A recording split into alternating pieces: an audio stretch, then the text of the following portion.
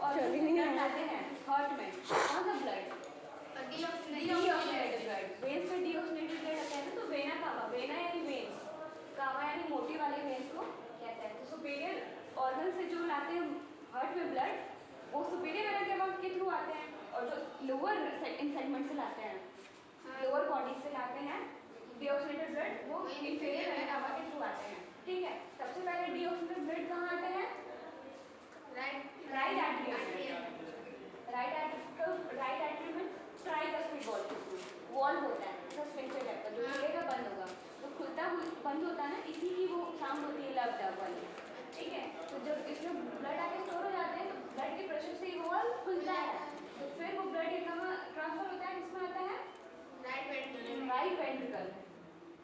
Right ventricle के through. अब इस चैम्बर में क्या हो गया, पूरे राइट आर्टरियम और वेंट्रिकल में क्या होता है, डीऑक्सीनेटेड ब्लड होती है, तो उसके थ्रू फिर ये जाएगा पल्मोनरी आर्टरी में।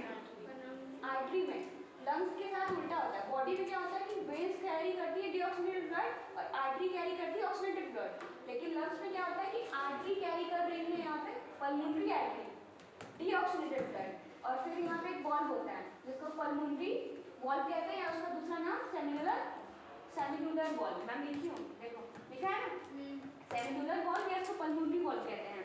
ये प्रेशर मतलब यहाँ से ये खुलता है ये, तो ये डीऑक्सीनेटेड ब्लड कहाँ से जाती है फिर? लंग्स में।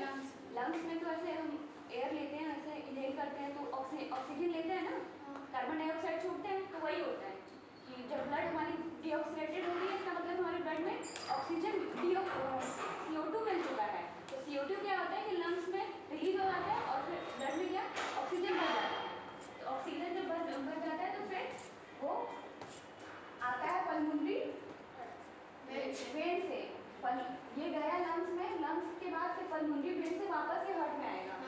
पल्मोनरी वेन से जब वापस ये हार्ट में आया, तो फिर ये यहाँ पे होती है बाइकस्पिड वॉल्व।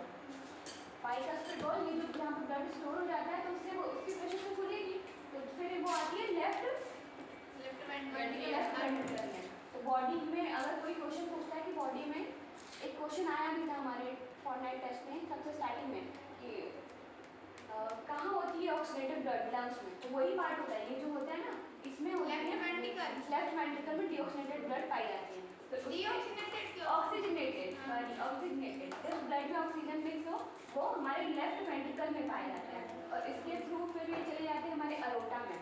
अरोटा एक मोटी आर्टरी होती है जो ज़्यादा ब्लड कैरी करती है, फिर आर्टरी जाके अरोटा जाके फिर छोटे छोटे और पार्ट में डिवाइड होती है, ब्रांच होती है, और फिर जाके फिर ऑर्गन, जितनी बॉडी में ऑर्गन वहाँ तक नीड होते हैं वहाँ तक पहुँचता है। आया? इसमें सब कवर हो गया। Superior vena cava, inferior vena cava, right atrium, right ventricle, left atrium, left ventricle, और पल्मोनरी वेन, पल्मोनरी आर्टरी। अब ये रह गया ये जो एक जो दोनों वेंट्रिकल के बीच का जो सेप्टम है, सेप्टम यानी सेपरेशन, एक वॉल होती है थिन लेयर की, ताकि ब्लड वेस्ट ना हो। सेपरेट बनाया था रूम में, सेपरेशन बनाया थे वो ना हो, उसको कहते हैं वेंट्रिकुलर सेप्टम। वेंट्रिकुलर यानी दो वेंट्रिकल के बीच का सेप्टम, सेप्टम यानी सेपरेट किया गया।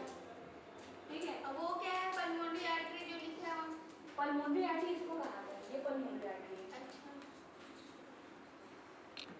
एरोटा हो गया, बस समझ में आया?